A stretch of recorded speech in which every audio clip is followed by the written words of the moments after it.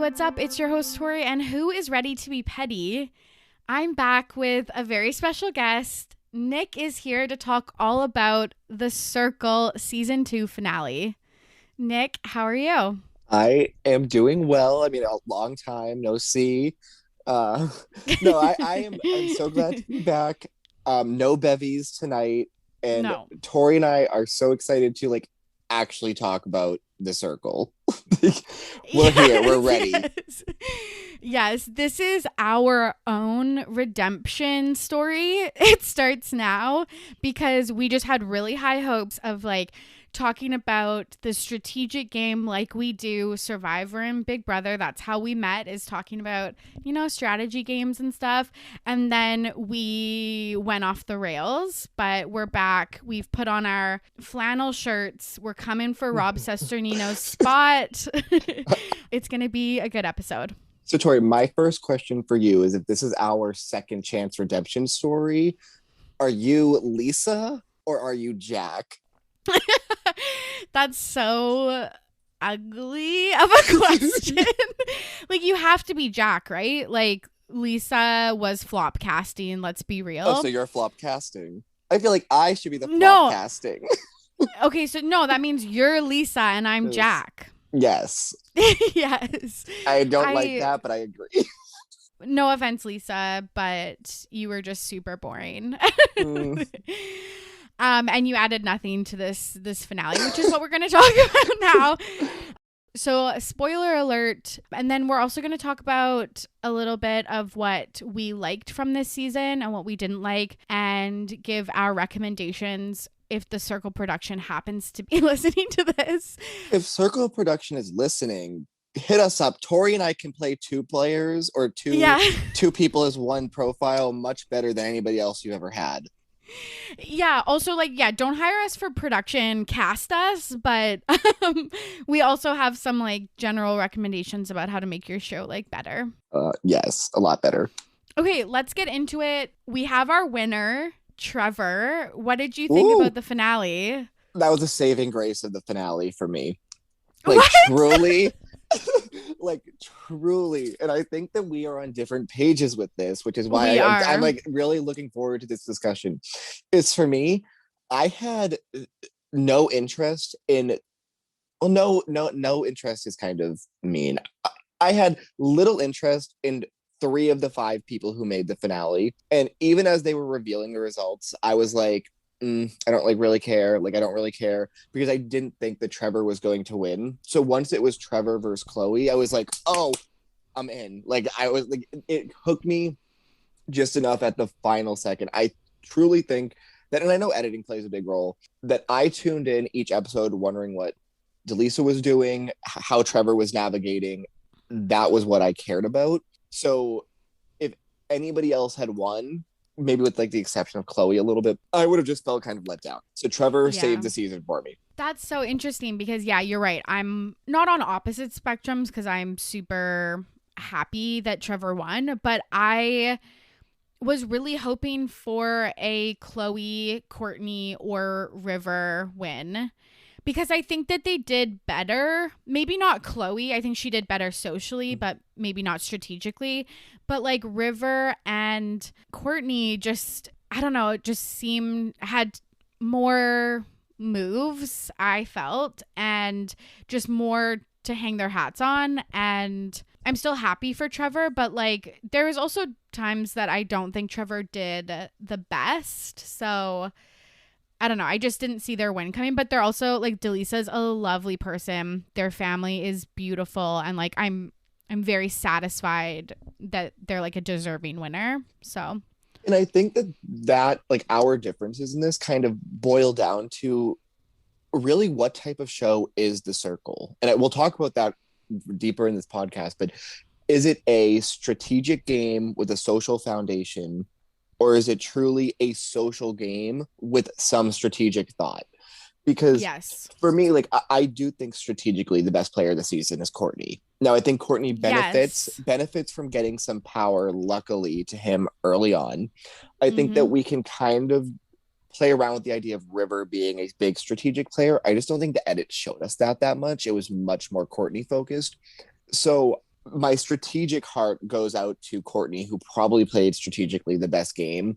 Yes. But social wise, like, it wasn't all that interesting to me. Courtney gets called out in one of the episodes for being like, you just want to go with the OGs to the end. And to me, that is accurate. That is exactly what Courtney wanted. And it was kind of like a snooze in terms of strategy thinking that for me, that's not the type of strategy that I want to celebrate. Yes. Even though Courtney was definitely top 3 character for the season. And I don't even think that's a question. So I think if I look at those finale results, 5 down to 1, it got revealed in the exact order I would have expected it to be revealed. Yeah. And it wasn't for me. And that's why I was so shocked, because I just thought that Courtney and River should have had higher placements. Like, going into this finale, if I had to place people, I would have picked Courtney first, Chloe second, River third, Trevor fourth, and John fifth. But that's not me playing, because this cast, obviously, like when they were doing their final rankings, they said, you know, this person played an honest, you know all of the the lines. This person played an honest game. This is like a deserving player and stuff like that. Like, that's what they seemed to care about. And Courtney had a bit of a villain edit, but he also seemed a little villainized from the cast. And I just think that they didn't want to rank someone high like Courtney, who was like a little bit devious, which is ironic though, because it's like when you're a catfish, you're like basically automatically devious. Yeah. So it's just weird when like Trevor is saying stuff like Chloe played such an honest game and stuff. And I'm like, and I respect that. I'm like, but you straight up didn't from the start. Okay, so let's talk about the finale like as it is, because I'm like teetering on wanting to jump into a lot of these kind of deep burning questions I have about the circle and what is the right way to play, what is the wrong way to play, how can I read situations. So I want to take a slow pause before we go unhinged again. yeah, because I'm there. Yeah. So with something in the finale that got referenced a few times, and you had mentioned it, Torry, when we were talking prior to this, is Mitchell. And yes, they talk a lot about Mitchell thinking that he might be a catfish and thinking that he might be an older woman. Yes. Huh?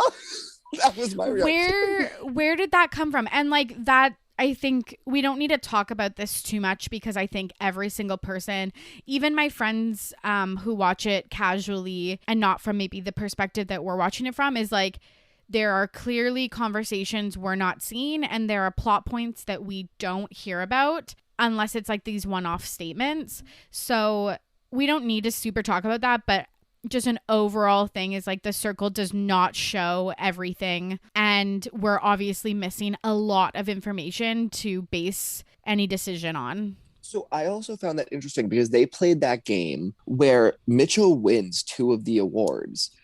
And in my head, watching that, I'm like, okay, they're just voting for Mitchell because they don't want to get like blood on their hands. Mitchell's the newbie. It's easy to just like scapegoat him and blame him for stuff, because then you're not like really offending people that know you better. But I'm wondering if they genuinely picked Mitchell for those roles because they expected him to be a catfish. And that's why they targeted him like that. But we didn't see that plot point. And I think the reason we don't see that plot point is because he does not make the finale. So edit wise, it doesn't really matter. It wasn't pertinent. I also found it this is a petty aside, but it incredibly fake that he was like, you know, Ed and Tammy, and everybody was like, and River walks in, he's like, oh my god, I feel even worse now. Like, if I walked in and you said, I'm Ed and Tammy's brother / son, I would have been like, good riddance. Like, of all the people for them to bring back, they went to that well again. It was like Snoozeville. I would have been like, yes. Ooh. Yes. And then when River like exposes that information at like the final table, they're all like, what? I know. Who gives a shit? Like, I know. And I think it was Delisa that was like, I thought you sounded familiar, and I was like, girl, no. no way is that happening. But yeah, it's revealed that Mitchell has been blocked. And I just want to highlight one thing that Trevor said when Mitchell went home, but he said, I've lost the game. And I think that I just kind of shit on Trevor's game prior to this, but the positives of Trevor's game is like super self-aware with a lot of these things. Like he knew that he needed to sway Chloe to attack the hashtag messy queens. And then the other piece is like he knew that he needed Mitchell to rank him high, and knew that his win equity, had to slip that in somewhere, was lowered a lot because of Mitchell going home, and that they had like one-upped him. But I think that at the time, that is totally a correct read. Because 100%. What Trevor does that I think does show that there was a strategic game being played was immediately like cozies up and connects with the two newbies of Kat and Mitchell, because those are people that don't have anybody. Like they're probably gonna be ranking each other first, just given the circumstances, but you have to get in with them because they can help raise your level and bring other people down. And I think Trevor did that. I think where Trevor struggled was that Chloe also gets influencer when Trevor does, and Chloe is not getting rid of Trevor. Is not getting rid of Courtney or River. And Trevor can't really push that because they're part of the original cast. And Trevor and Chloe are supposed to be Bay and Jay. And the other piece with that is that it sucks for, which is something we are going to talk about later, is like connecting with these newer players. Just, you can't build the connections that the OG cast has over time. And like, I just think that going with Kat and Mitchell, it was like one of her Delisa's best options, but like I just think it can't hold a candle to like the Kardashians. Yeah, it's like a kind of like a chicken and an egg. It's not chicken and egg problem, but Trevor is put in a pickle that the original cast that he can play with already has Courtney and River, who are thick like thieves, and Chloe right there on the outside. At that point in the game, I think they just did the double blocking. So they just eliminated both Emily and Lance. So you don't have anybody else that you can really go to other than Chloe. Because you know that if you try to get in with River or Courtney at this point, you're still going to be third on all of their lists. And that's not good enough. So yeah, you do what you have to do. It was just making the best out of a worst situation.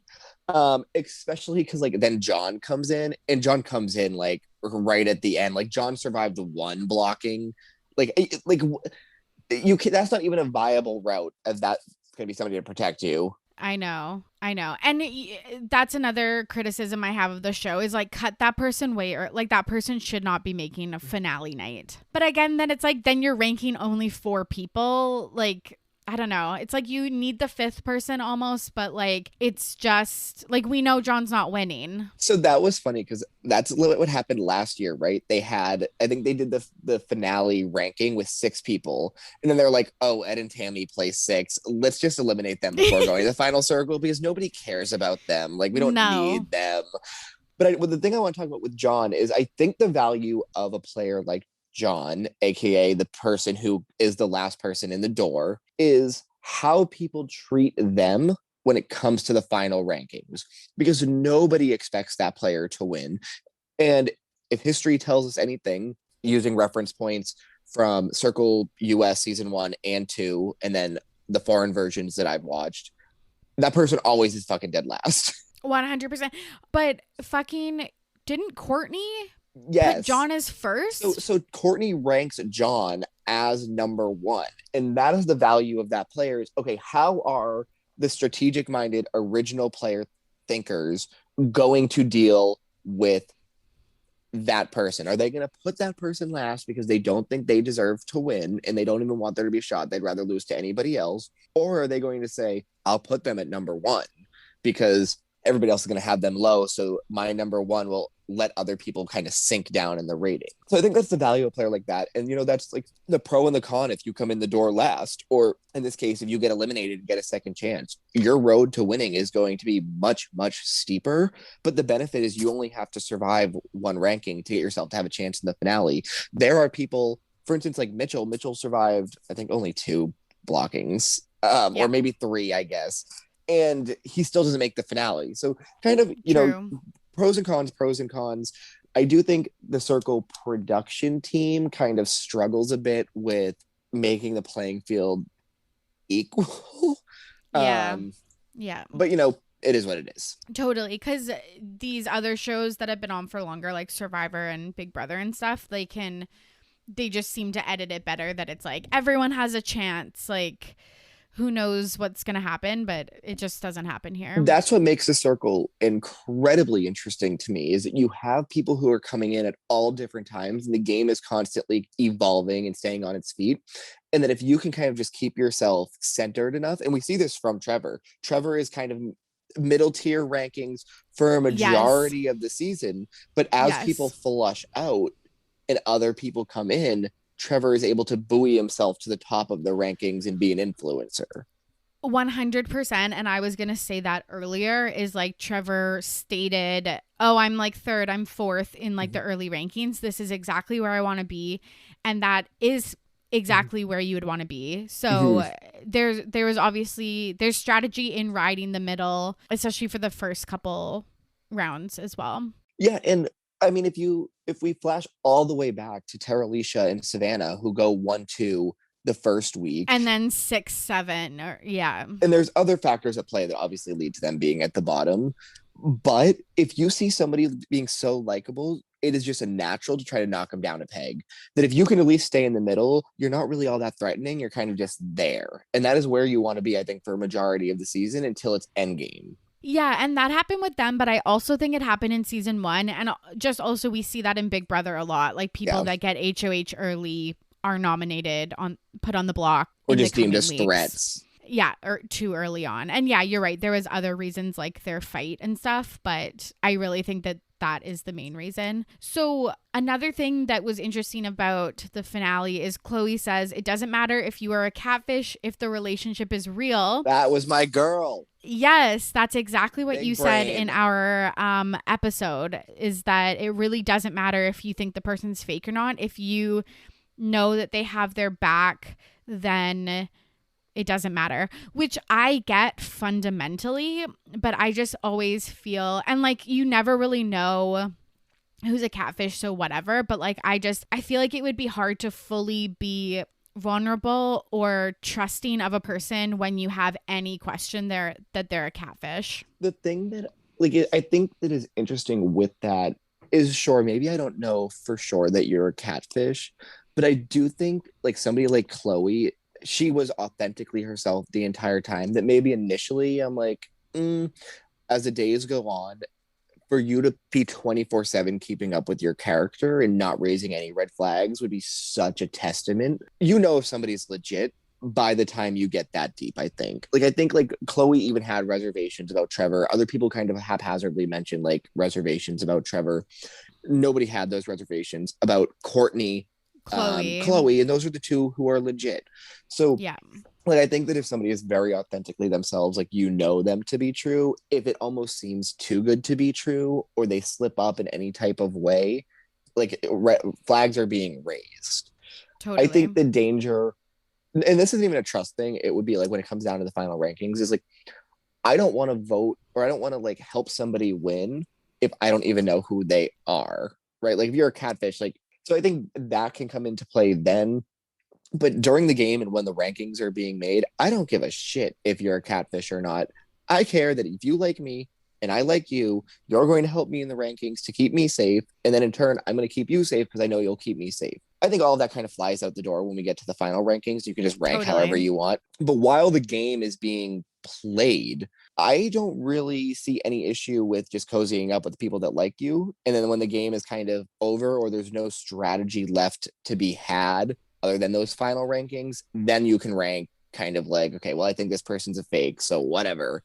Completely. bouncing around a little bit here, do you see any advantages as going in as a catfish? Because, like, other than being told by production this is your one-way ticket to being cast, which I think is, like, probably Lisa. the majority. Lisa. Yeah. I guess, like, obviously there's advantages if you, like, feel like you're a social, like, outlier, like, I'm assuming, I don't even think he said this, but Lee being like an older dude wanting to go in as a catfish as a younger player. But, like, do you see any advantages truly of this? Truly. First of all, the Lee situation, I think that is so tired. It is so exhausting when older people come into the game and are like, I can't play an older person. I won't connect with people. And then on the flip side, you see people come into the game and be like, I'm going to play an older person because nobody will suspect them. Like, it's so exhausting. Like, if you're old, you can just come in and be old. People are probably going to like you if you're just like, I'm fucking old. Be the, like, mother, father, grandfather, aunt figure Yeah. in their lives, especially in games that don't have physical challenges. Yes. Like, I don't get it, because now I'm going off on a tangent, because River as a character, not Lee, River, the character that was created, was by far the most boring of all of them. Like, so he boring, had so nothing boring. for me to grasp with other than his hair. There was nothing. And I think the picture of, like, the hair kind of just being over his face and stuff was essentially like hiding personality. Like, there was literally nothing for me to connect to with that character. In the finale, he goes, I realized I just created a character that was me at 24. And I was like, oh, so that's why they were so boring. Okay, good to know.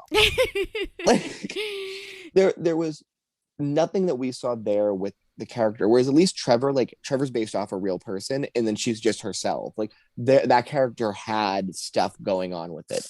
All of that is to say, I think the one benefit that you could have to being a catfish is, I think, for instance, Jack choosing to play Emily is a decision that I understand. I don't think Emily as his catfish profile was the correct decision to move, especially like a sorority girl. Like, there's a lot of work that needs to be done with, like, that type of character if that's not the realm that you're in. But yes. I do think that, Jack coming in as a 20-year-old guy, kind of looking the way that he does with, like, the slicked back hair, looking like a used car salesman. Like, I know you're here to play the game.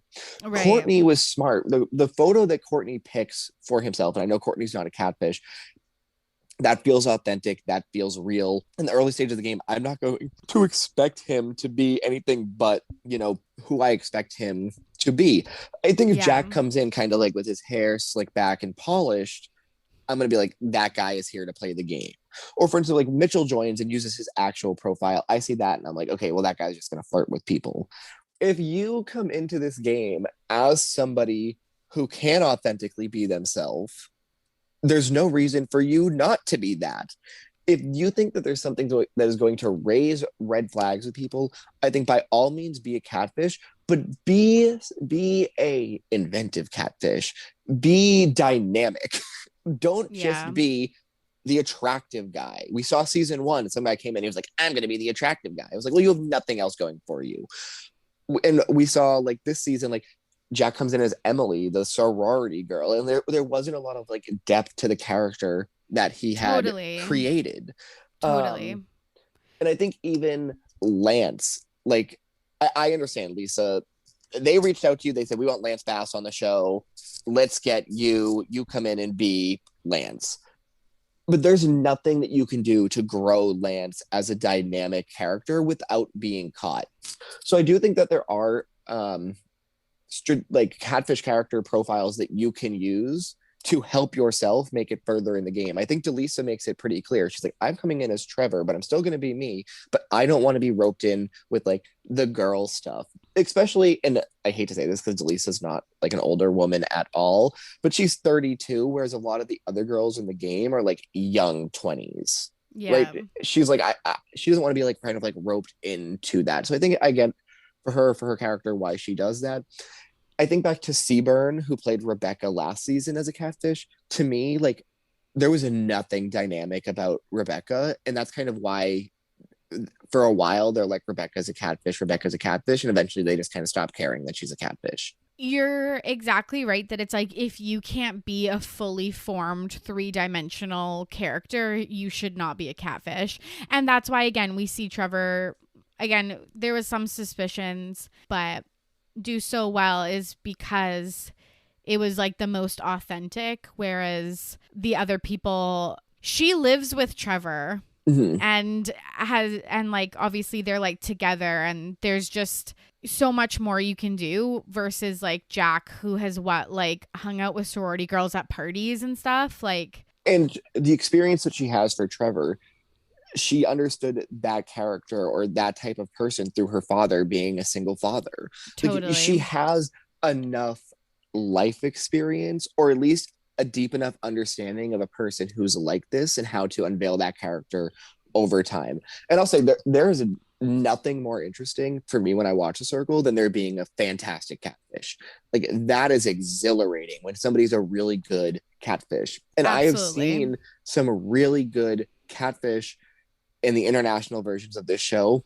I don't think we've seen, actually Trevor was a pretty good one, but I don't think we've seen like a 10 out of 10 catfish on the Circle US yet. Correct. And that's why I'm always like dubious at why you would want to come in as a catfish, because I haven't watched the international versions, but I will. But it just seems like you're just at such a disadvantage going in as one of those people. Especially with the like frame of thought that it seems like these players have, knowing that they're going on like a Netflix show, which is like, we want to just be like, moral. We want to kind of just like show off our personalities. We kind of just want to flirt. We want to connect with people, but we don't really want to like dig deep. And if we look at season one, the final five is all five original players. Four of them Yes. are authentically themselves, and a one is a catfish. And this season, the only reason we see so many catfish at the end is because like almost everybody, it seemed like, was a catfish, because the three people who were legit, or sorry, not the three people who were legit, but the first three people that go are legit people. And it's Yes. because it's like, okay, we can eliminate this person because nobody's going to care that we eliminate him. And then there was beef between the two girls, so they get eliminated. So the catfish were able to skate by. I think if we don't have that giant blowout fight between Terralisha and Savannah that kind of like ends both of their games, we see catfish go earlier. I don't know if River is able to Absolutely. make the inroads. I don't know if Emily's able to make those inroads. And I think it might change the dynamic of the season. Completely. And that's another good point, is that 100% of the finale like the people who made the finale were like OG cast. Lisa coming in last. And so my question for you is like, is there such a big learning curve for these new players that they just can't pick it up, or they just don't have enough time to adjust and they just can't succeed? So part of me wonders if it is a timing issue that you don't have enough time.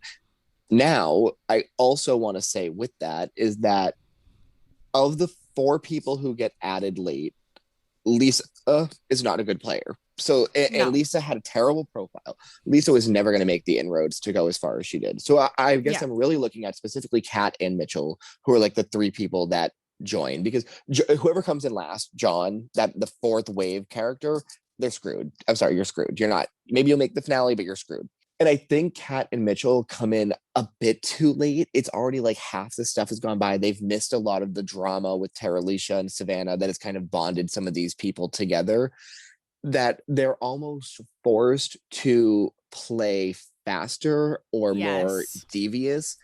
And I think you see Kat go for it, but it burns her. Yes. I do think the sweet spot to come in as a new player is that second person. And I actually think that's a pretty prime spot to come in at overall, if you're in that second wave of people who may have missed a little bit of the stuff, but it hasn't been too long that you could still connect and make those inroads. But then when new players come in, you can go to them and be like, I understand what it's like to be new, and connect with them that way. I just think, and I think Miranda last season is a second person that comes in, and she is able to make a little bit of those inroads. She just kind of like Yeah. runs out of space because the first group from last Was season was so so clicky. tight. Yeah. Yeah. Um, but no, I think that if you want a real shot of winning the circle, you need to be in that first group of people to go in, and you need to make those connections tight because your odds of making the finale as an original player are significantly higher, despite the fact that you start earlier. Because if you're bad at the game, you're bad at the game. You're leaving early anyway. It doesn't matter. If you're good enough at the game, you'll pick up at it and you'll just grow stronger with those bonds over time. It will keep you afloat. 100%. And I feel so bad for players like Kat because I think she had all of the like skills, and you're right, she got caught of like being too gamey, but it's like, but if you don't have time to build those relationships and show that you're like a trusting person in the get to know you phase, like you just you just get pegged as strategic like right away. And then with Mitchell, it was just like he said, I wasn't playing, I was just hanging out until like the very end when Trevor approaches him. But I think even like with that, I think Mitchell's screwed regardless, because when the super influencer gets to block, if it really truly comes down to the people who weren't part of the original cast, it comes down to John, who's just the last person to join that is literally no threat at all, and the person who joined right before them that you don't have any connection to. So people are like, okay, well, if I go for that other person, the person in Mitchell's role, then I'm still being strategic enough, but I'm not like, screwing over somebody that I have a deep connection with. So I also just don't think that the circle is a long enough game.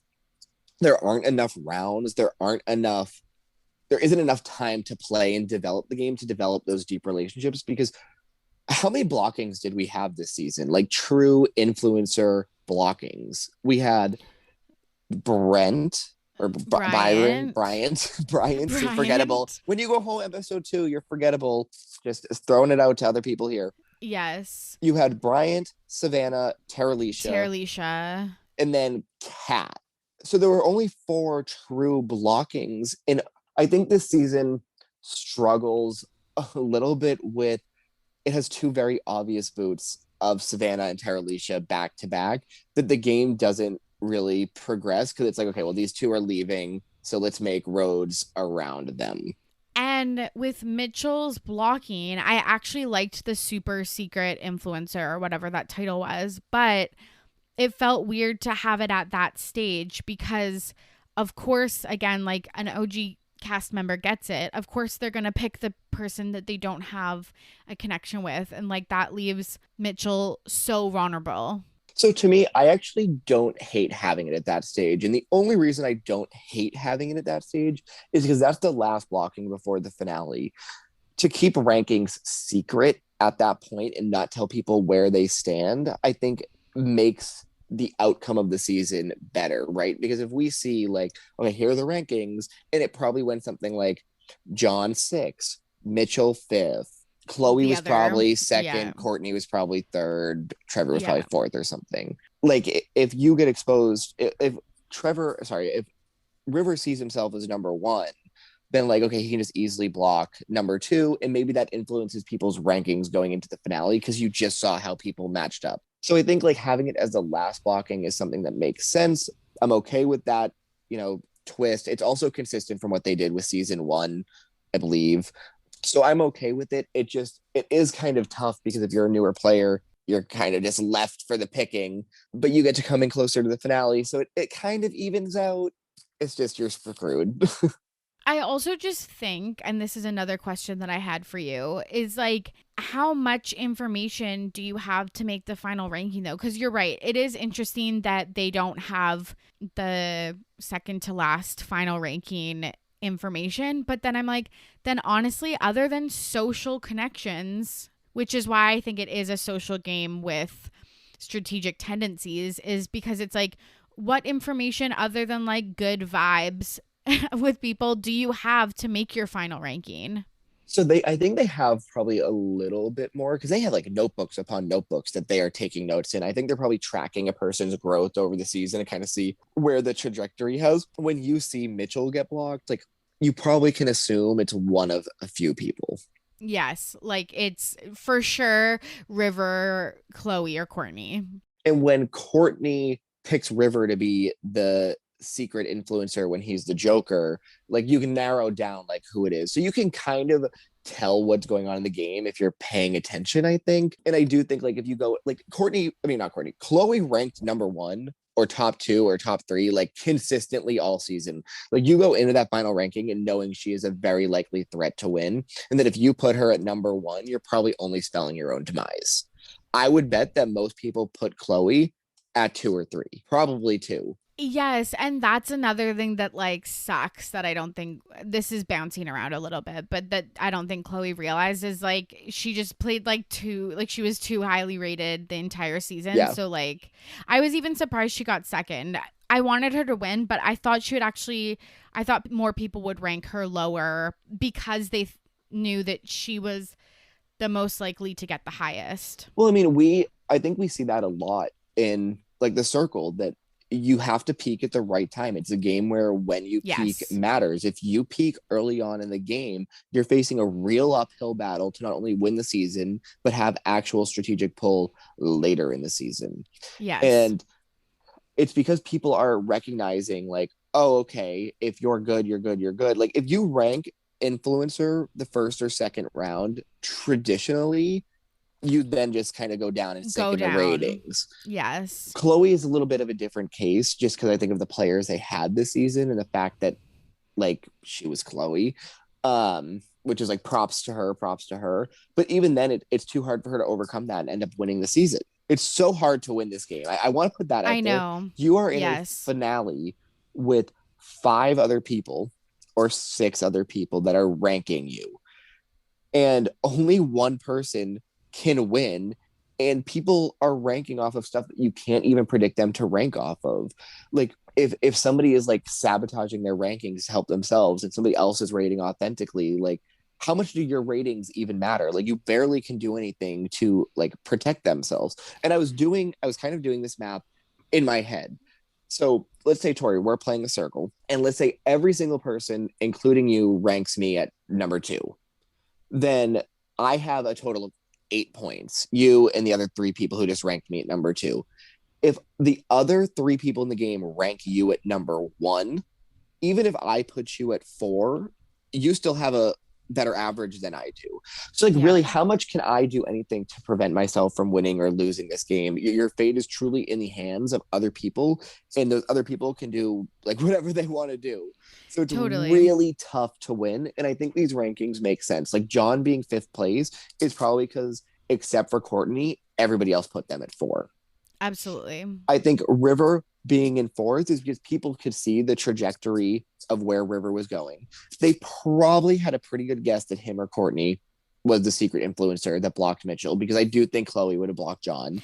And like everyone knew that Courtney was the Joker at this point. Mm-hmm. Yes. And I think people are like, okay, Courtney has like a pretty infectious like personality. Like people really like him. They probably expected River was going to rank him high and vice versa. So we need to bury Courtney a bit in the ranking. Yes. And I think that is kind of how Chloe slips into 2nd place, is people are probably thinking like Chloe is not going to be River or Courtney's number 1 choice. So I will put River and Courtney below Chloe. And then Trevor is kind of the only person left that gets up in the standings if you're not getting buried. I think that is what happened, truly. And that is what makes it interesting, because in these other games that we've watched, like Survivor and Big Brother, the finalists get to lay out their entire game in the finale, and then the jury makes a decision based on that information and the information that they have from playing the game with them. Whereas this one, nothing is revealed. They can only go off of what they've seen and the relationships that they've built. And you're right, you can try to bury people in the rankings, but you truly don't really have much power outside of that. Like ranking your bestie first if you want them to be an influencer and you want to be safe. Mm-hmm. And then it's really like a game of chance from there. So Torry, is there anything else that we want to talk about from the finale before we kind of like eulogize it and look forward to the Circle 3? Which we both are watching. We're planning on watching the Circle 3. Of course, yes. I'm like addicted. Okay, the last thing I want to say about the finale is Lance Bass's message. Oh my God. Was such a disaster. He was like, my dry cleaning, it like you couldn't make a person feel worse. I feel like after making a finale of a Netflix show, you couldn't make her feel worse to be like, and when you get back, my dry cleaning needs to be figured out. You need to reschedule all my meetings. My dog misses you, but only because you like pick up its poop. Like Dale needs his caretaker. Honestly, fuck you, Lance Bass. It was so demeaning. He wasn't even looking at the camera, and he shot it on like a fucking iPhone. And he's in front of like that fucking pink wall in Los Angeles that everybody goes to. Like, but here's the two kind of like lingering feelings I have about The Circle too, is it did a little bit too much. I think Jonathan Van Ness like coming and making a cameo, fantastic, love that, especially introducing the challenge that you had. Yeah, Jonathan Van Ness does not need to judge that challenge. Like, no. I don't need his superstardom to like take up like 10 minutes of the show. Also, it kind of is a little bit sus, which is something I want to talk about in like our recommendations though, is like there's too much hidden about production that it kind of seems sus. Like, do you actually think JVN picked Trevor to win the makeup mannequin challenge? Like, I don't know. Maybe. Or it was production. Not only that, like, and I will dive into that in just a second. And then like bringing Lance Bass in, like they just wanted, I think what they wanted Chloe. Was, we want to use NSYNC music. Let's reach out to Lance Bass because we kind of want some of that superstar power. Plus, we're already going to have our own superstar from our other Netflix show, Chloe. So having another like celebrity. And Jonathan is Queer Eyes on Netflix too. Oh, right. Yeah. And it just felt like, and Netflix was doing a lot to like pimp their stuff out. And I think that it kind of falls into the wayside that like if Lisa had came in and kind of played Lisa, like maybe that's more engaging than her playing kind of this character of Lance Bass. And then all of a sudden, like we get like Lance Bass references and people talking about that. And then Lance Bass comes on and films that thing at the end. Like, I don't need any of that. Honestly, the best moment of Lisa in the entire show was when she got her message from home and her dad was so cute. I was like, oh my God, crying. I love Lisa. And then I was like that was Lisa's best thing. So like, I didn't need the Lance Bass like flair. I feel like it took away from stuff. Jonathan judging that challenge completely robbed us as viewers of drama, of people calling out Emily in the moment, calling out Emily in a group together, people talking about like, Trevor's mannequin, or just, making fun of each other and bonding with one another. Like we totally got robbed of that. Yes. Because he hosted the challenge, and it's not a slight against him at all. It's a slight against some of the producing decisions that were made for this season. Big Brother did it. Get ready for a takeover. Oh, flop. Oh my God. And it flopped. They canceled that after like week 6. It's like Netflix. No, Torry, that is too much. It was like week 3. 3, and one of their takeover was Rob Gronkowski, who I'm a Patriots fan. People turn off the podcast now. It was a joke. Rob Gronkowski came in and said, it's party week. And then it was just themed after a party. There was no takeover. Like, it was an embarrassing twist for Big Brother. And so was this. Honestly, the worst twist Big Brother ever did. Embarrassing. And The Circle kind of had the same vein where they're like, let's try to pimp out like our stuff. I agree, though. It's just too much extraneous bullshit. That the thing is, though, is that casual people love this stuff. It's like why Big Brother has all of like the squirrels and the like, people falling into puddles of stuff and all of that shit, that I feel like they want to bring in a more casual audience, because yes, people like us that are really interested in like strategic games are going to watch. But again, I think it's just to appeal to a way broader audience. And that's totally fine, because we talked about last time we talked about The Circle, that there are people who don't love that strategy aspect that really love The Circle. So overall, like, I'm fine with it. I actually don't mind them stunt casting Chloe at all, because I think Chloe was generally a pretty engaging personality and one of the stars of the season. And honestly, she was on too hot to handle. Like, she wasn't on like, anything that this would have given her an advantage for. She came in and authentically played herself. Like, that was fine. It was the other stuff, like, nobody's gonna believe Lance Bass is actually in this game. Why are we even pretending with this? Why are we not letting the players engage with each other? And instead we're kind of watching Jonathan Van Ness, who's really funny, just like judge people he doesn't know as mannequins. Totally. Yeah. The Chloe thing, 100%. It's like I didn't watch that and didn't know who she was. Also, I was wondering, basically everyone knew who she was. Do you think that they got too hot to handle to watch during their quarantine? Yeah, that's a great question. I bet you they did. That would make sense. Because everyone was like, oh my God, Chloe from Essex, like too hot to handle. And I was like, girl, I didn't even watch that season. Like, how did literally people from Lee to Courtney to Delisa watch that show? It seemed sus. All these production decisions, I think what this boils down to is the big question is, was The Circle season 2 better than The Circle season 1? Casting wise, I actually have enjoyed both casts probably equally. I think that they've been casted really strong. There's always going to be duds, I think, because you can cast who you think could be the most interesting person, but you don't actually know what they're going to do once they're playing the game. But I think that I liked this season better. Probably recency bias is a huge factor in this, but also just that we got to see a lot more of what was actually going on. Like, I'm sure they played more games and had more dance parties and stuff that were cut because we got to see a lot more conversations, and that's what's important to me. So I felt like it was better. It was also a smaller cast by one person, I think, which makes it just like a tighter game. Yeah, I think I just enjoyed it more. So I'm split on that because I think that the season struggled for me a lot with losing Savannah and Terralisha early. I think the season takes a huge hit that we lose both of those personalities so early on. And I think in the game they play where they're drawing campaign posters, it really shows when everybody's being so nice.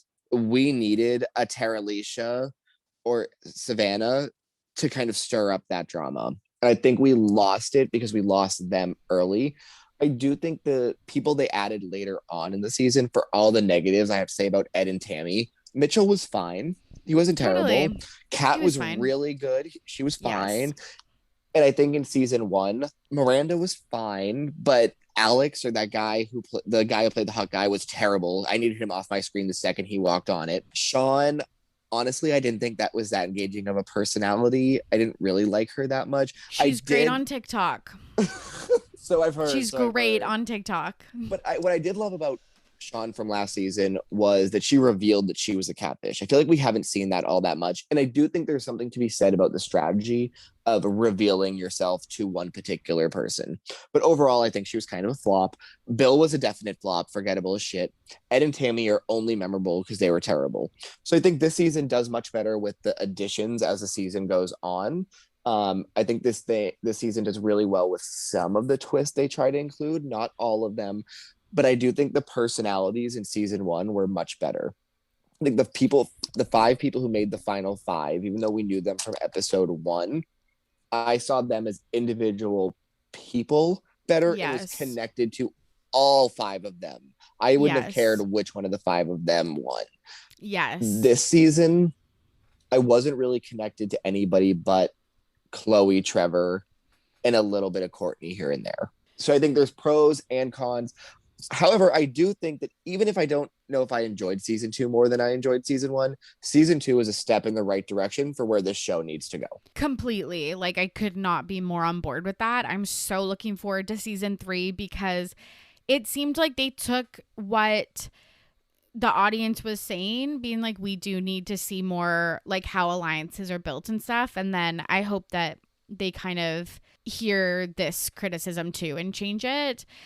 The one thing that you said that I'll just add to, and then we can move on, is you're completely right about Terralisha and Savannah. They were 10 out of 10 casting, and them leaving so early is just such a drag. Like, even in the finale, they were arguing, which was just it was annoying at the time, but like it's really good TV. But like also whose fault is that? Because no, it's like okay. it's like So read the room. who are you? Are you team Savannah or team Terralisha? I've been pretty vocal about being team Savannah on this podcast, I think, which is actually wild because I was listening to the aforementioned Rob Has a Podcast, and like basically everyone that was covering the show was team Terralisha.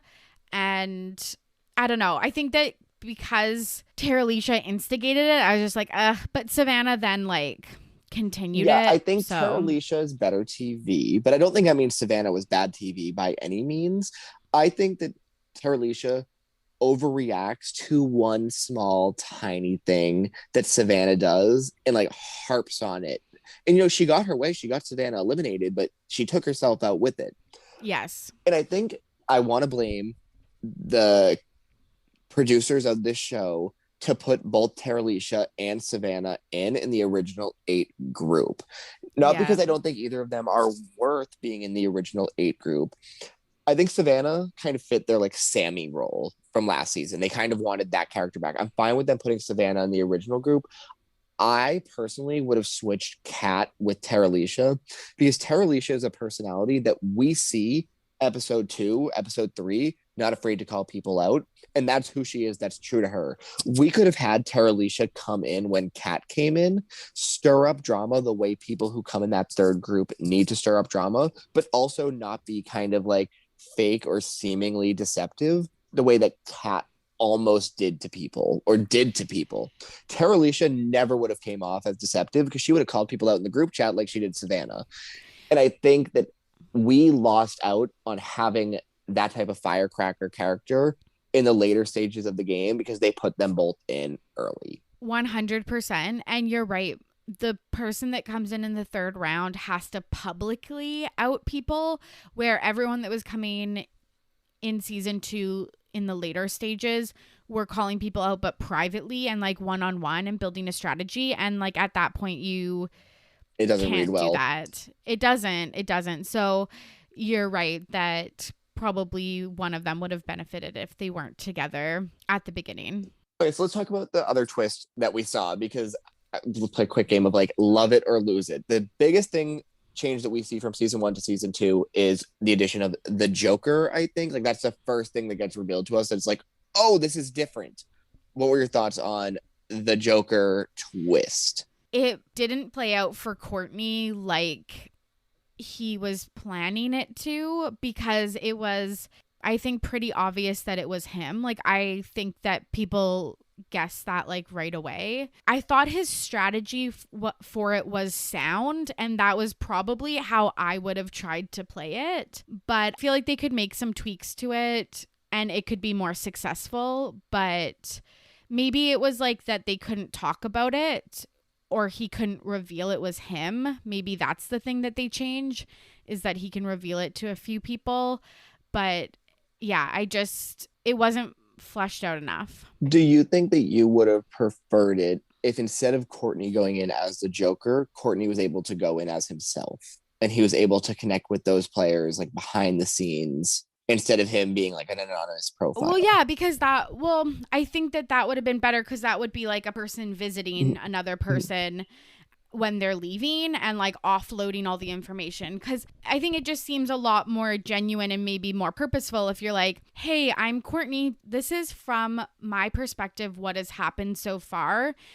FYI, you might want to keep an eye out for this person. Like, that's what I would do when I swapped on my Survivor orgs, right? Like when you swap tribes, like you're just giving other people information and hoping that the opinion that they form is the same as yours. But when it's done anonymously, like it, I don't know, just didn't land well. I also just don't think that those two people took up that information well either. Like, it has to be very specific people that were to get that twist for it to work well.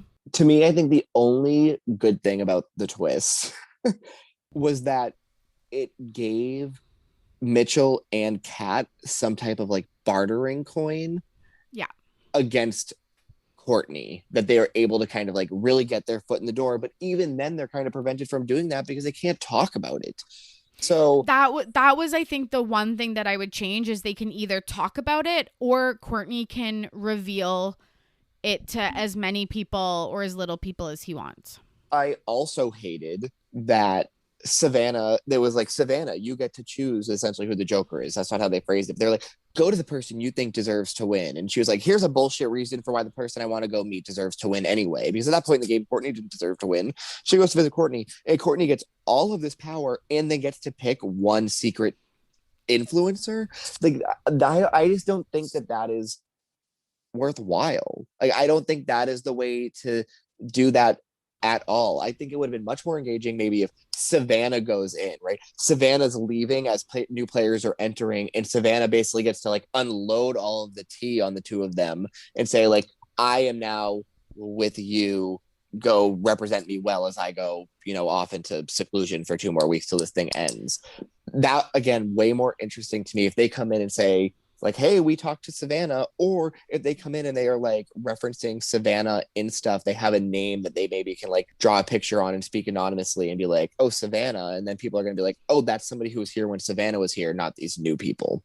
I just think it just missed the mark of what we needed it to be. You're right, because Courtney, the Joker position, also got to choose River as the influencer, right? Yeah. Yeah, and you're right about, like, that's an extreme amount of power that you're giving this person. I don't know. I just feel like it's, again, like my biggest criticism of this show, I think, is just that it's too much production-y things that we don't get to see the information beforehand. Like, for example, in Survivor and Big Brother, Jeff Probst explains in like a voiceover, or Julie Chen at the end of the episode explains what's going to happen next episode about like the twist or whatever.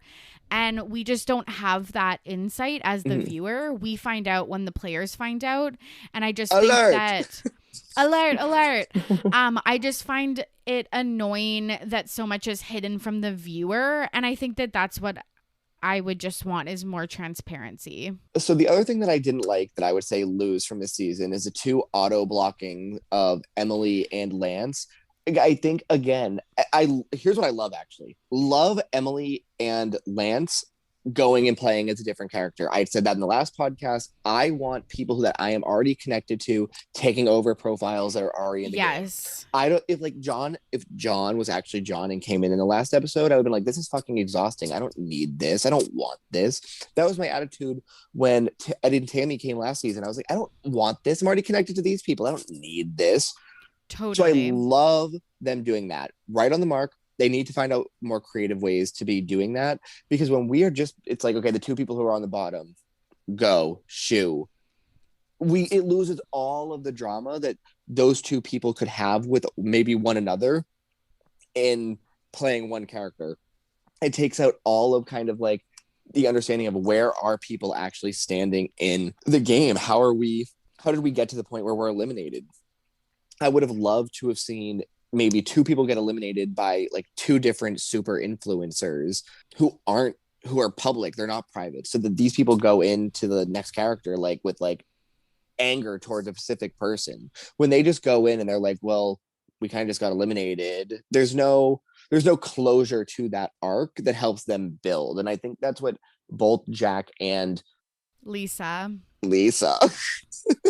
struggle with. Like, they're together and they're like, oh wow, cool, this extra chance that we have, but there's nothing really for them to bond over. They're like, yeah, people just hated our catfish profiles. Yeah, and the auto blocking, again, with the rankings, there's such a big element of randomness that like I do feel bad when it was just like auto blocked, because then it's like you just don't have any chance to because it's like, okay, you're at the bottom, but one of my allies is an influencer, they'll save me. And it's like, you just don't even have that chance. It's kind of brutal. And there's more like creative ways we can go about, you know, like the people who are at the bottom of the ranking. Like, instead of it being something like, okay, well, they're just blocked, I would have loved if they were like, okay, well, the people who are the bottom 2 are going head to head. One of them will be blocked. Exactly. Like, now everyone else is safe except for 7th and 8th and whatever. Yeah. And now it's just you 2 up for blocking. And I also just like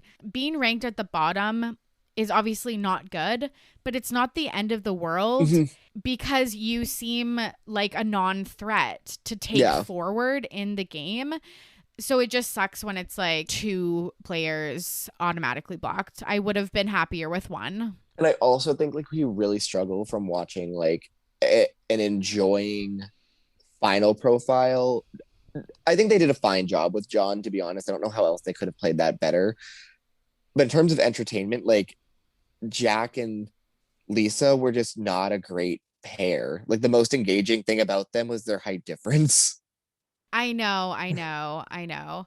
And I said this before on my last episode when I touched on the second set of episodes, but like Jack, I feel like is such good casting and could be so fun. And then like the Lisa thing just. Yeah. I almost wish they would have just been like, okay, Jack, go play as this like new person. They just struggled to have the same energy they did alone. One of the best moments of the season, other than the Savannah and Taralisha fight, is the mannequin moment where Emily gets exposed and like Jack is just like he devastated. Dies. Like 100%. You watch it happen over the course of like 10 minutes where he goes from like, I can't watch this, like I'm so fucked, crying to like literally like sobbing because you know how bad he wants it and he knows how bad he just fucked up. And we don't even get like the depth again there to Jack when he's with Lisa because it's just like 2 people who are just meeting each other. Yeah, but also he's a game player and I think he just also knew I'm never gonna win this. Yeah. Like when he and Lisa got 6, his face was like wah, wah. Like he like basically didn't care because I think he just knew like I have no chance of winning. Mm-hmm. I truly wish what we would have gotten was the producers actually interfering when Taralisha and Savannah were the bottom 2 and saying we're gonna make those 2 go live together. Seriously. I love that concept. I actually don't hate when 2 people play as one character. I just think it has to be such a good match of those 2 people because more often than not, the 2 people just don't vibe with each other. They're not engaging with one another. And you need 2 good people to be a partnership. Yeah, and I think you're right. Like, I hate the duos, but it's probably just because of the duos that we've seen. But it's like, it would be so interesting if they were like, oh, I want to do this or I want to say this. And the other person was like, no, absolutely not. That's awful. But like, so far, it's just been like, okay, sounds good. It was like, oh, I'll change this wording or like add a hashtag. Like, that's the only like change the other person's making. And it just seems pointless. But you're right. Like, if there was more talk or more like, conflict about how they were gonna play, it would be a lot easier. I wonder if they could have come in as like a profile as like 2 twins, like one player but it's 2 twins and one of them, and it's a catfish profile, so maybe it's like 2 sorority girls or whatever who are the twins and each of them have to play one of those people. I just think there's different ways that it could be done because you're right, it's really like one person says do this and the other person who barely knows the other person in real life doesn't want to seem adversarial and is like, why don't we just tweak this to this, but otherwise love it? Like it's like a working relationship. Yes, yeah, it's like a group project. Especially when they don't have any drama. There's no drama with anybody because how they got blocked. 100%. Yes. Okay, the last thing we want to talk about is what are the morals of the circle? And is there a line that, you know, is drawn when these people are playing? So what is your thoughts on that first, Torry? I think that there's some differences, like if it was $1 million or even just a more well-established TV show where there's higher stakes, like you can become an actual influencer, not just a circle influencer. Like more or less, like you're right. They probably come out to like mediocre fame, but like it's not as well known as like some of these other reality TV shows, obviously because it's in its infancy and stuff. But so we might see it because Netflix is such a huge platform and stuff. But I just feel like when there are higher stakes, people play less moral games because they just want to win, I guess. I would never be the type of person to play a game like Trevor. And like, I still don't know how authentic, as much as we talk that Chloe is like the most authentic person, I still don't know if her believing that Trevor is real was like actually authentic. Hmm. Chloe is really personable, so I didn't think it was that embarrassing. But if this was any other person, we would be fucking laughing so hard and being like, look at this loser who thinks this person's real. Like, she's endearing. So I was like, oh, that's sad. But like, I feel like if this was like a normal person, we would be like, I can't believe this like loser is being catfished so hard. They're falling in love with this person. Like, this is so embarrassing. And like, that's kind of morals that I just like, I don't want to set someone up like that. So I think that like Chloe didn't even care really that Trevor was a catfish. Like when they had I their know, big meeting. and that's why I'm thinking that like some of those thoughts that she had that she vocalized like weren't actually like super legitimate.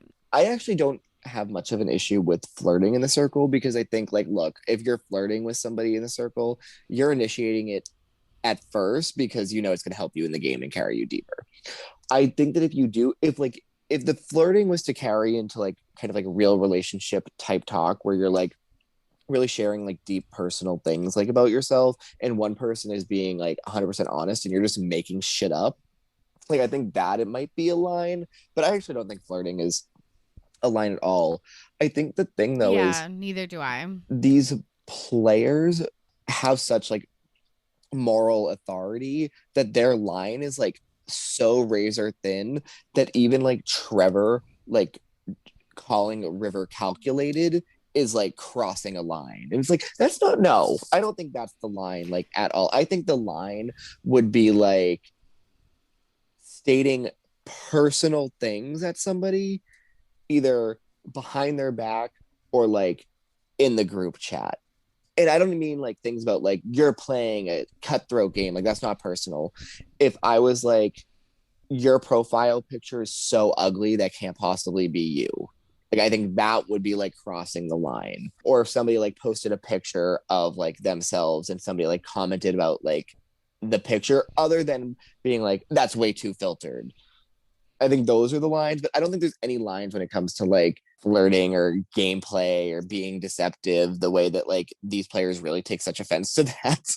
Yeah, it's a lot different, I think, because the game is set up that there are going to be liars, i.e., the catfishes, whereas in other games, how many times do I have to say Survivor and Big Brother?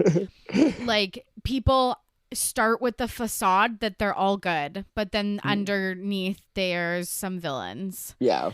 Whereas this game, you know that it's not, like, there's no facade when you know there's going to be people in there purposely lying to you. And especially like, I feel like that type of stuff comes out in the games that they play like publicly, like when people are kind of calling people out, like it's generated really by the game to kind of force people's hands and do that type of stuff. So I hate when people get like upset about stuff that the game is kind of like drawing out of you by having to play like anonymous question games. Like people should be taking shots at people in that game and you should be offended if somebody does that like anonymously. Like yeah, you can be like, yeah, you can be like upset like why wouldn't somebody just ask me that to my face, but you wouldn't be like, you are so deceptive. That was my Chloe voice. I couldn't have guessed it. But yeah, you're totally right. Like a lot of these games are set up to cause conflict or for, you know, for people to overcome some of these challenges, like getting called out in public and really testing their abilities and stuff. Like that stuff's fine. That stuff's fun. And I think when you have I'm going to say anonymous factor because I don't want to say the other word on this podcast. Anonymity. See an enemy. Like it's just easier to like do that. I think it's interesting though, because I think that I would always imagine the catfishes to play a more deceptive game than real people, but they straight up don't. It's all fucking kumbaya still. Yes, they don't. And the reason they don't is because they're like, I don't want to draw any attention onto myself. So I'm kind of like playing makey nicey. Neutral. Whereas like the real people are like, no, I'm going to call you out because I know I'm real. Like, don't try me. Yeah. And it's just so engaging. I think the thing that the circle has struggled with, especially in the Netflix version, but the game itself that I've noticed is the clickiness of that original group.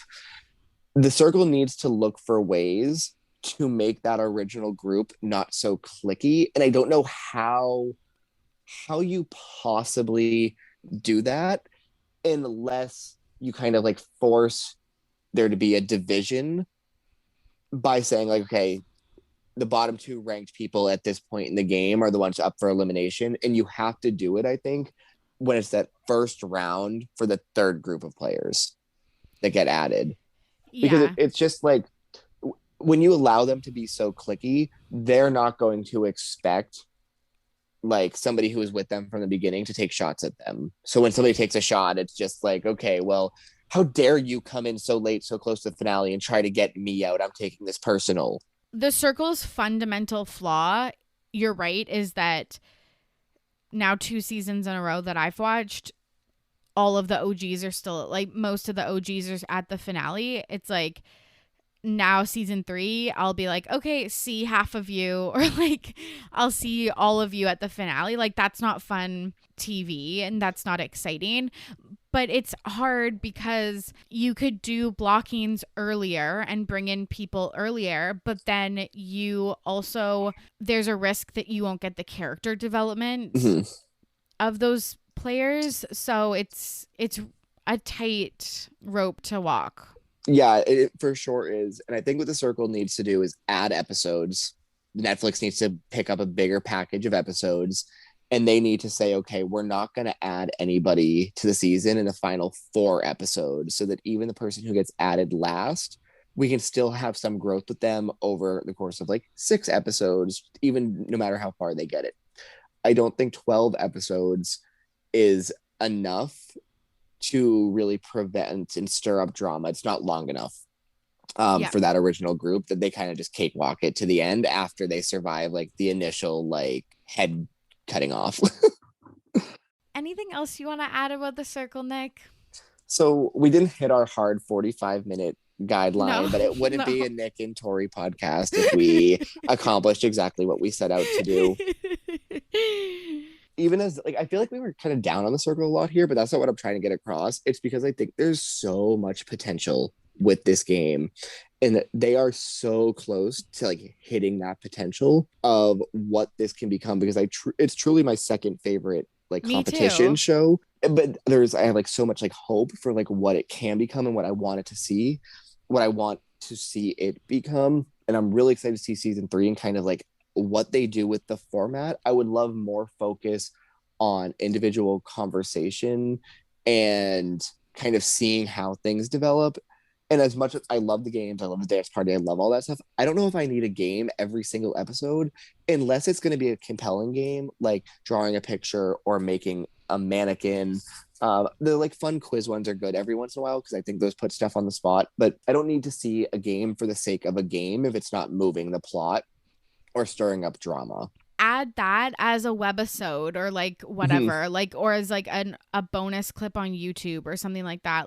And that's the same as like Survivor for me. It's like if it's not moving the plot around, if it's just like a reward challenge, like I truly don't need to see it. I'd rather see one-on-one conversations. So. And I don't want to see them get rid of them at all because they do bring so much value and they're fun to kind of break stuff up.